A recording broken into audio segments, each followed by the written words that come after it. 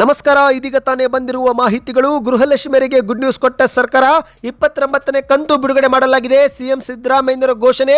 ಗೃಹಲಕ್ಷ್ಮಿ ಯೋಜನೆ ಕುರಿತಂತೆ ಮತ್ತಷ್ಟು ಮಾಹಿತಿ ಬಂದಿವೆ. ವಿಡಿಯೋನ ಸ್ವಲ್ಪ ಸ್ಕಿಪ್ ಮಾಡಬೇಡಿ. ನಗದು ವ್ಯವಹಾರಕ್ಕೆ ಹೊಸ ನಿಯಮ, ಕೈ ಸಾಲಕ್ಕೂ ಕೂಡ ಕಂಡೀಷನ್. ಒಂದೇ ತಪ್ಪು ಮಾಡಿದ್ರೆ 100% ದಂಡ ಕಟ್ಟಬೇಕಾಗುತ್ತೆ.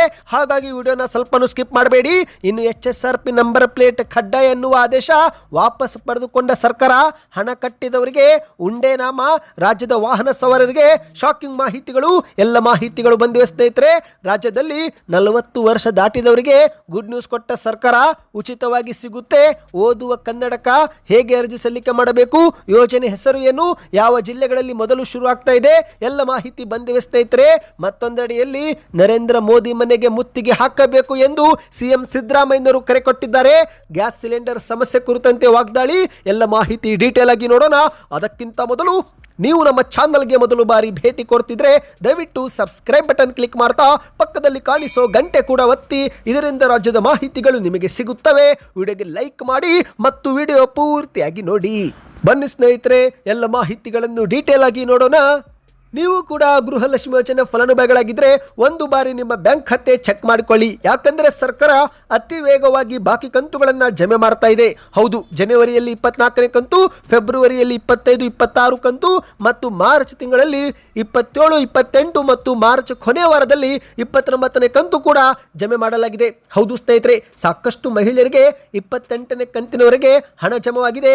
ಆದರೆ ಕೆಲವು ಜಿಲ್ಲೆಗಳಿಗೆ ಮಾತ್ರ 29ನೇ ಕಂತು ಕೂಡ ಜಮೆ ಆಗ್ತಾ ಇದೆ. ಕರ್ನಾಟಕದ ಕಾಂಗ್ರೆಸ್ ಸರ್ಕಾರದ ಮಹತ್ವಾಕಾಂಕ್ಷಿ ಯೋಜನೆಯಲ್ಲಿ ಒಂದಾಗಿರುವ ಗೃಹಲಕ್ಷ್ಮಿ ಯೋಜನೆಯ 29 ಕಂತು ಇದೀಗ ಬಿಡುಗಡೆ ಮಾಡುವ ಪ್ರಕ್ರಿಯೆ ಆರಂಭವಾಗಿದೆ ಸ್ನೇಹಿತರೆ. ನಿಮ್ಮ ಬ್ಯಾಂಕ್ ಖಾತೆಗೂ ಹಣ ಬಂದಿಲ್ಲವೆಂದರೆ ಕೂಡಲೇ ಈ ಒಂದು ಕೆಲಸ ಮಾಡಿಕೊಳ್ಳಿ. ಬಹುಶಃ ನೀವು ಮಾಡುತ್ತಿರುವ ಈ ಸಣ್ಣ ತಪ್ಪಿನಿಂದ ನಿಮಗೆ ಹಣ ಜಮೆ ಆಗದಿರಬಹುದು. ಹೌದು ಸ್ನೇಹಿತರೆ, ಗೃಹಲಕ್ಷ್ಮಿ ಯೋಜನೆ ಹಣ ಬಾರದಿರಲು ಮುಖ್ಯವಾಗಿ ಈ KYC ಮತ್ತು ಬ್ಯಾಂಕ್ ಖಾತೆಯೊಂದಿಗೆ ಆಧಾರ್ ಕಾರ್ಡ್ ಮ್ಯಾಪಿಂಗ್ ಆಗದಿರುವುದು ದೊಡ್ಡ ಕಾರಣವಾಗಿದೆ. ಅಂದ್ರೆ NPCI ಮ್ಯಾಪಿಂಗ್ ಎಷ್ಟೋ ಖಾತೆಗಳಿಗೆ ಆಗಿಲ್ಲ. ಹಾಗಾಗಿ ಸರ್ಕಾರ ನೇರವಾಗಿ ಹಣ ವರ್ಗಾವಣೆ ಮಾಡುವ ಮೂಲಕ ಹಲವು ಸಮಸ್ಯೆ ಎದುರಿಸುತ್ತಿದೆ. ಹೌದು ಸ್ನೇಹಿತರೆ, ಸರ್ಕಾರ ಹಣ ಬಿಡುಗಡೆ ಮಾಡಿದ್ರು ಈ ಒಂದು ಸಮಸ್ಯೆಯಿಂದಲೇ ನಿಮ್ಮ ಬ್ಯಾಂಕ್ ಖಾತೆಗೆ ಹಣ ಬರುತ್ತಿರೋದಿಲ್ಲ. ಹಾಗಾಗಿ NPCI ಮ್ಯಾಪಿಂಗ್ ಪರೀಕ್ಷೆ ಮಾಡಿಕೊಳ್ಳಿ.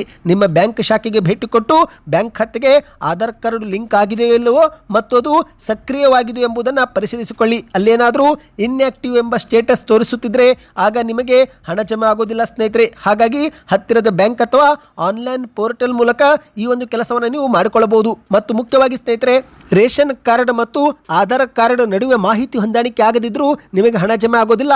ಮತ್ತು ಏನಾದರೂ ಎರಡರಲ್ಲಿ ಯಾವುದಾದ್ರೂ ಒಂದಾದರೂ ಈ KYC ಬಾಕಿ ಉಳಿಸಿಕೊಂಡಿದ್ರೂ ಹಣ ಬರೋದಿಲ್ಲ. ಹಾಗಾಗಿ ಹತ್ತಿರದ ಗ್ರಾಮೋನ್ ಅಥವಾ ಕರ್ನಾಟಕವನ್ನು ಕೇಂದ್ರಕ್ಕೆ ಭೇಟಿ ಕೊಟ್ಟು ರೇಷನ್ ಕಾರ್ಡ್ ಮತ್ತು ಆಧಾರ್ ಕಾರ್ಡ್ನ ಈ KYC ಪ್ರಕ್ರಿಯೆ ಪೂರ್ತಿ ಮಾಡಿಕೊಳ್ಳಿ.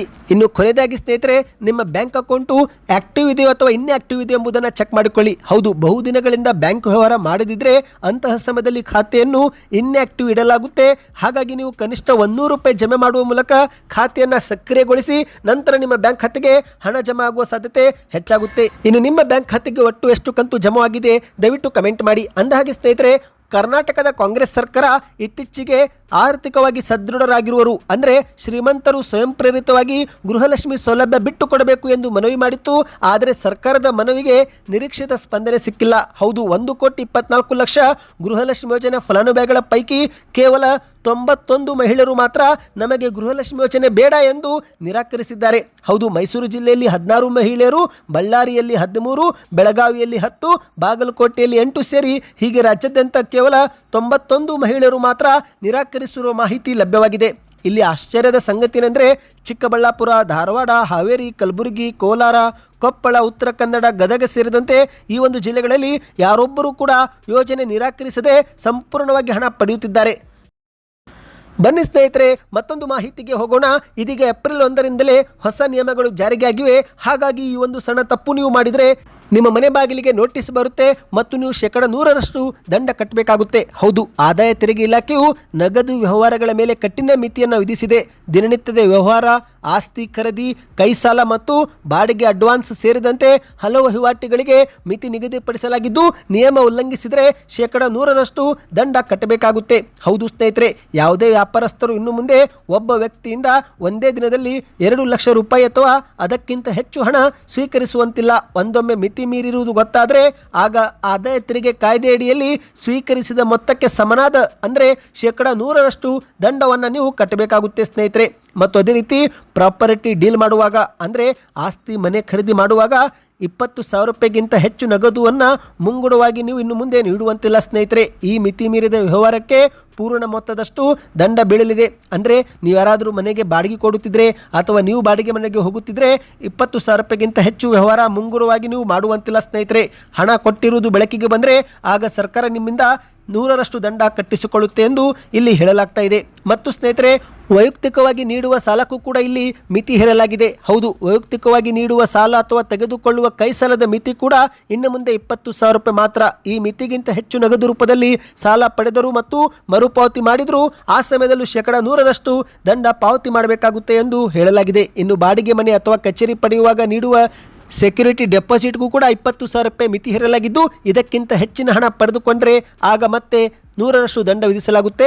ಮತ್ತು ಬಾಡಿಗೆದಾರರು ಮನೆ ಖಾಲಿ ಮಾಡುವಾಗಲೂ ಕೂಡ ಮಾಲೀಕರು ಅಡ್ವಾನ್ಸ್ ಹಣವನ್ನು ಹಿಂತಿರುಗಿಸುವಾಗಲೂ ಎಚ್ಚರಿಕೆ ವಹಿಸಬೇಕು. 20,000 ರೂಪಾಯಿಗಿಂತ ಹೆಚ್ಚಿನ ಮೊತ್ತ ವಾಪಸ್ ಹಿಂದಿರುಗಿಸಿದರೆ ಆಗ ಮತ್ತೆ ಕಠಿಣ ನಿಯಮ ಅನ್ವಯವಾಗುತ್ತೆ ಎಂದು ಹೇಳಲಾಗಿದೆ. ಒಟ್ಟಿನಲ್ಲಿ ಸ್ನೇಹಿತರೆ, ಸರ್ಕಾರ ಈಗ ನಗದು ವ್ಯವಹಾರಕ್ಕೆ ಮಿತಿ ಹೇರಲು ಹಲವು ನಿಯಮವನ್ನು ಜಾರಿಗೆ ಮಾಡಿದೆ. ಬನ್ನಿದೀಗ ಒಂದು ಶಾಕಿಂಗ್ ಮಾಹಿತಿಗೆ ಹೋಗೋಣ. HSRP ನಂಬರ್ ಪ್ಲೇಟ್ ಕಡ್ಡಾಯ ಎನ್ನುವ ಆದೇಶ ರಾಜ್ಯ ಸರ್ಕಾರ ವಾಪಸ್ ಪಡೆದುಕೊಂಡಿದೆ. ಹೌದು, ಈ ಒಂದು ಹಿಂದೆ ರಾಜ್ಯ ಸರ್ಕಾರ 7 ಬಾರಿ ಎಲ್ಲ ವಾಹನ ಮಾಲೀಕರಿಗೆ HSRP ನಂಬರ್ ಪ್ಲೇಟ್ ಕಡ್ಡಾಯ ಎನ್ನುತ್ತಲೇ ದಿನಾಂಕವನ್ನು ವಿಸ್ತರಿಸಿದ್ರು. ಹಲವು ವಾಹನ ಸವಾರರು ನಿರಾಸಕ್ತಿ ತೋರಿಸಿದ್ದು, ಹಾಗಾಗಿ ಸರ್ಕಾರ ಕೊನೆಯಾಗಿ ನಂಬರ್ ಪ್ಲೇಟ್ ಕಡ್ಡಾಯ ಎನ್ನುವ ಆದೇಶವನ್ನೇ ವಾಪಸ್ ಪಡೆದುಕೊಳ್ಳುವ ನಿರ್ಧಾರಕ್ಕೆ ಬಂದಿದೆ. ಅಂದರೆ ಸ್ನೇಹಿತರೆ, ಇಲ್ಲಿಯವರೆಗೆ ಆನ್ಲೈನ್ನಲ್ಲಿ RTO ಕಚೇರಿಗಳಲ್ಲಿ ಸರತಿ ಸಾಲಲ್ಲಿ ಕ್ಯೂನಲ್ಲಿ ನಿಂತು ಹಣ ಕಟ್ಟಿ HSRP ನಂಬರ್ ಪ್ಲೇಟ್ ಪಡೆದುಕೊಂಡಿರುವ ವಾಹನ ಸವಾರರ ಹಣಕ್ಕೆ ಉಂಡೆನಾಮ ಸಿಕ್ಕಂತಾಗಿದೆ. ಇನ್ನು ಇದೇ ಮಧ್ಯೆ ಬೆಲೆ ಏರಿಕೆಯ ಸರಣಿ ನಡುವೆನೇ ರಾಜ್ಯ ಸರ್ಕಾರ ನಮಗೆ ಸರಿಯಾಗಿ ವಂಚಿಸಿದೆ ಎಂದು ಹಲವು ವಾಹನ ಸವಾರರು ಈಗ ಸಾಮಾಜಿಕ ಜಾಲತಾಣದಲ್ಲಿ ಆಕ್ರೋಶ ಹೊರಹಾಕುತ್ತಿದ್ದಾರೆ. ಹೌದು, ಕಳೆದ ಮೇ ತಿಂಗಳಲ್ಲಿ ಸರ್ಕಾರ 7ನೇ ಬಾರಿ ಕೊನೆ ದಿನಾಂಕವನ್ನು ವಿಸ್ತರಿಸಿತ್ತು. ರಾಜ್ಯದಲ್ಲಿ ಇಲ್ಲಿಯವರೆಗೆ ಕೇವಲ 29% ವಾಹನ ಮಾಲೀಕರು ಮಾತ್ರ HSRP ನಂಬರ್ ಪ್ಲೇಟ್ ಪಡೆದುಕೊಂಡಿದ್ದು, ಇದೇ ಮಧ್ಯೆ ರಾಜ್ಯ ಸರ್ಕಾರ ಈಗ ನಂಬರ್ ಪ್ಲೇಟ್ ಕಡ್ಡಾಯವಿಲ್ಲ ಎಂಬ ಒಂದು ಆದೇಶವನ್ನು ಹೊರಡಿಸಿದೆ ಸ್ನೇಹಿತರೆ.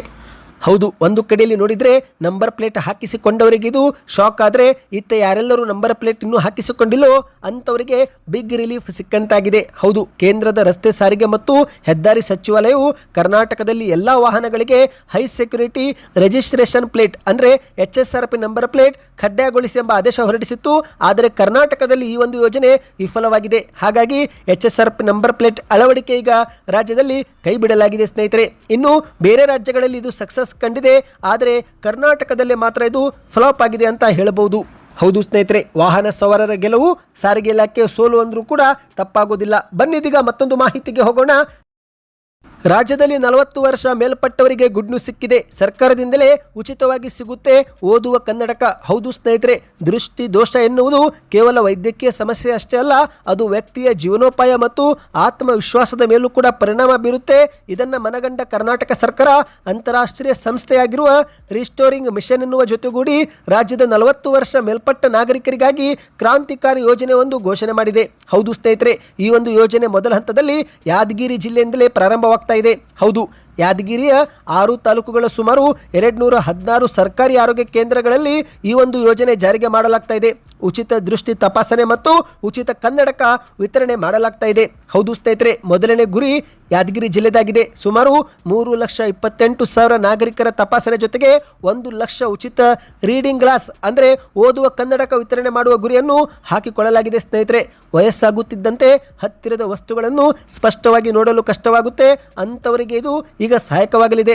ಒಟ್ಟಿನಲ್ಲಿ ಮೊದಲ ಹಂತದಲ್ಲಿ ಯಾದಗಿರಿ ಜಿಲ್ಲೆಯಲ್ಲಿ ಶುರುವಾಗಲಿದ್ದು, ಹಂತ ಹಂತವಾಗಿ ಎಲ್ಲ ಜಿಲ್ಲೆಗಳಿಗೆ ಇದು ವಿಸ್ತರಣೆ ಮಾಡಲಾಗುತ್ತೆ ಎಂದು ಕರ್ನಾಟಕ ಸರ್ಕಾರ ಘೋಷಣೆ ಮಾಡಿದೆ ಸ್ನೇಹಿತರೆ. ನಿಮ್ಮ ಒಂದು ವಯಸ್ಸು ಏನು ಕಮೆಂಟ್ ಮಾಡಿ. ಹೌದು, ಈ ಒಂದು ಯೋಜನೆ ಯಾದಗಿರಿಯಲ್ಲಿ ಯಶಸ್ವಿಯಾದ ನಂತರ ರಾಜ್ಯದ ಉಳಿದ ಜಿಲ್ಲೆಗಳಿಗೂ ಕೂಡ ಹಂತ ಹಂತವಾಗಿ ವಿಸ್ತರಣೆ ಮಾಡುವ ಗುರಿಯನ್ನು ಸರ್ಕಾರ ಹಾಕಿಕೊಂಡಿದೆ. ಈ ಮೂಲಕ ರಾಜ್ಯದ ಪ್ರತಿಯೊಬ್ಬ ನಾಗರಿಕನಿಗೂ ಸ್ಪಷ್ಟ ದೃಷ್ಟಿಯ ಹಕ್ಕನ್ನು ಒದಗಿಸುವುದು ಸರ್ಕಾರದ ಆಶಯವಾಗಿದೆ ಎಂದು ಹೇಳಲಾಗ್ತಾ ಇದೆ. ಬನ್ನಿದೀಗ ಕೊನೆಯ ಮಾಹಿತಿಗೆ ಹೋಗೋಣ. ಇದೀಗ ದೇಶದ ಪ್ರಧಾನಿ ನರೇಂದ್ರ ಮೋದಿ ಅವರ ಮನೆಗೆ ಮುತ್ತಿಗೆ ಹಾಕಬೇಕು ಎಂದು ಸಿಎಂ ಸಿದ್ದರಾಮಯ್ಯನವರು ಬಾಗಲಕೋಟೆಯಲ್ಲಿ ಕರೆ ಕೊಟ್ಟಿದ್ದಾರೆ. ಹೌದು, ಗ್ಯಾಸ್ ಸಿಲಿಂಡರ್ ಅಭಾವ ಸರಿ ಮಾಡುವುದು ಕೇಂದ್ರದ ಕರ್ತವ್ಯ. ಆಟೋ ಚಾಲಕರು ನರೇಂದ್ರ ಮೋದಿ ಅವರ ಮನೆಗೆ ಮುತ್ತಿಗೆ ಹಾಕಬೇಕು ಎಂದು ಸಿಎಂ ಸಿದ್ದರಾಮಯ್ಯನವರು ಹೇಳಿಕೆ ಕೊಟ್ಟಿದ್ದಾರೆ. ಹೌದು, ಬಾಗಲಕೋಟೆ ಉಪಚುನಾವಣೆ ಹಿನ್ನೆಲೆಯಲ್ಲಿ ಪ್ರಚಾರ ಕಾರ್ಯದಲ್ಲಿ ಭಾಗವಹಿಸಿ ಮಾತನಾಡಿದಂತ ಸಿಎಂ ಸಿದ್ದರಾಮಯ್ಯನವರು ಕೇಂದ್ರ ಸರ್ಕಾರದ ವಿರುದ್ಧ ನೀವು ಕ್ರಮ ತೆಗೆದುಕೊಳ್ಳಬೇಕು ಎಂದು ಕರೆ ಕೊಟ್ಟಿದ್ದಾರೆ. ಗ್ಯಾಸ್ ಸಿಲಿಂಡರ್ ಕೊಡುವುದು ಕೇಂದ್ರ ಸರ್ಕಾರದ ಕರ್ತವ್ಯ. ರಾಜ್ಯ ಸರ್ಕಾರ ವಿತರಣೆ ಅಷ್ಟೇ ಮಾಡುತ್ತೆ. ಆಟೋ ಚಾಲಕರು ಆಹಾರ ಸಚಿವರ ಮನೆಗೆ ಮುತ್ತಿಗೆ ಹಾಕುವುದಾಗಿ ಹೇಳುತ್ತಿದ್ದಾರೆ. ಆದರೆ ಬದಲಿಗೆ ಅವರು ನರೇಂದ್ರ ಮೋದಿ ಅವರ ಮನೆಗೆ ಮುತ್ತಿಗೆ ಹಾಕಬೇಕು ಎಂದು ಸಿಎಂ ಅವರು ತಿಳಿಸಿದ್ದಾರೆ. ಇನ್ನು ಇದೇ ಮಧ್ಯೆ ಕೇಂದ್ರದ ಸಚಿವ ಸೋಮಣ್ಣ ಕಾಂಗ್ರೆಸ್ನ ಹೈಕಮಾಂಡ್ ಅಲ್ಲ ಎಂದು ಸಿದ್ದರಾಮಯ್ಯನವರು ಕಿಡಿಕಾರಿದ್ದಾರೆ. ಹೌದು, ಯಾಕಂದ್ರೆ ಸ್ನೇಹಿತರೆ, ಇತ್ತೀಚೆಗೆ ಸೋಮಣ್ಣ ಅವರು ಕಾಂಗ್ರೆಸ್ ಅಭ್ಯರ್ಥಿ ಸೋಲುತ್ತಾರೆ ಎಂದು ತಿಳಿದು ಮುಖ್ಯಮಂತ್ರಿಗಳನ್ನು 5 ದಿನ ಇಲ್ಲಿ ಪ್ರಚಾರಕ್ಕೆ ಕಳುಹಿಸಿದ್ದಾರೆ. 1.5 ತಿಂಗಳು ಮಾತ್ರ ರಾಜ್ಯದಲ್ಲಿ ಸಿಎಂ ಅಧಿಕಾರದಲ್ಲಿ ಇರುತ್ತಾರೆ ಎಂದು ಕೇಂದ್ರದ ಸಚಿವ ಸೋಮಣ್ಣ ಅವರು ಹೇಳಿಕೆ ಕೊಟ್ಟಿದ್ರು. ಇದೇ ಹೇಳಿಕೆಗೆ ಪ್ರತಿಕ್ರಿಯೆ ಕೊಟ್ಟಂತ ಮುಖ್ಯಮಂತ್ರಿ ಸಿದ್ದರಾಮಯ್ಯನವರು ಸೋಮಣ್ಣ ಅವರಿಗೇನೆ ಪ್ರಚಾರ ಮಾಡಲು ಸಮಯವಿಲ್ಲ, ಕ್ಷೇತ್ರದಲ್ಲಿ ಸೋಲುತ್ತೇವೆ ಎಂದು ತಿಳಿಯುವುದರಿಂದ ಅವರೇ ಹೆಚ್ಚು ಪ್ರಚಾರ ಮಾಡುತ್ತಿಲ್ಲ. ಮುಖ್ಯಮಂತ್ರಿ ಸ್ಥಾನದ ಬಗ್ಗೆ ಮಾತನಾಡಲು ಅವರೇನು ಕಾಂಗ್ರೆಸ್ನ ಹೈಕಮಾಂಡ್ ಅಲ್ಲ ಎಂದು ಸಿದ್ದರಾಮಯ್ಯನವರು ತಿರುಗೇಟು ಕೊಟ್ಟಿದ್ದಾರೆ. ಬಿಜೆಪಿಯವರು ಸುಳ್ಳು ಹೇಳುವುದರಲ್ಲಿ ನಿಸ್ಸೀಮರು, ಅವರ ಮಾತಿನಲ್ಲಿನೇ ಸತ್ಯವಿಲ್ಲ ಹಾಗೂ ಅವರು ಹೇಳಿದಂತೆ ನಡೆದುಕೊಳ್ಳುತ್ತಿಲ್ಲ. ಹಾಗಾಗಿನೇ ಅವರ ಬಗ್ಗೆ ನಾನು ಹೆಚ್ಚು ಪ್ರತಿಕ್ರಿಯೆ ನೀಡೋದಿಲ್ಲ ಎಂದು ಸಿದ್ದರಾಮಯ್ಯನವರು ತಿಳಿಸಿದ್ದಾರೆ. ಬಾಗಲಕೋಟೆ ಕ್ಷೇತ್ರದಲ್ಲಿ ಬಿಜೆಪಿ ಸೋಲುತ್ತೆ ಎಂಬ ಭಯದಿಂದಲೇ ಈಗ ಅವರು ಬಾಯಿಗೆ ಬಂದಂತೆ ಮಾತನಾಡುತ್ತಿದ್ದಾರೆ ಎಂದು ಸಿದ್ದರಾಮಯ್ಯನವರು ಟಾಂಗ್ ಕೊಟ್ಟಿದ್ದಾರೆ. ಕೇಂದ್ರದ ಸರ್ಕಾರ ಮಲತಾಯಿ ಧೋರಣೆ ಅನುಸರಿಸಬಾರದು. ದಕ್ಷಿಣ ರಾಜ್ಯಗಳಿಗೆ ಕಡಿಮೆ ಅನುದಾನ, ಉತ್ತರ ರಾಜ್ಯಗಳಿಗೆ ಹೆಚ್ಚಿನ ಸ್ಥಾನ ಅನುದಾನ ಕೊಡುವ ಕೆಲಸ ಅವರು ಮಾಡಬಾರದು ಎಂದು ಸಿದ್ದರಾಮಯ್ಯನವರು ತಿಳಿಸಿದ್ದು, ಇದೇ ನಡುವೆ ಬಿಜೆಪಿಯವರು ನಮ್ಮ ಸಿಎಂ ಕುರ್ಚಿ ಬಗ್ಗೆ ಪದೇ ಪದೇ ಮಾತನಾಡುತ್ತಿರುವುದು ಸರಿಯಲ್ಲ. ಯಾಕಂದ್ರೆ ಬಿಜೆಪಿಯವರು ನಮ್ಮ ಹೈಕಮಾಂಡ್ ಅಲ್ಲ.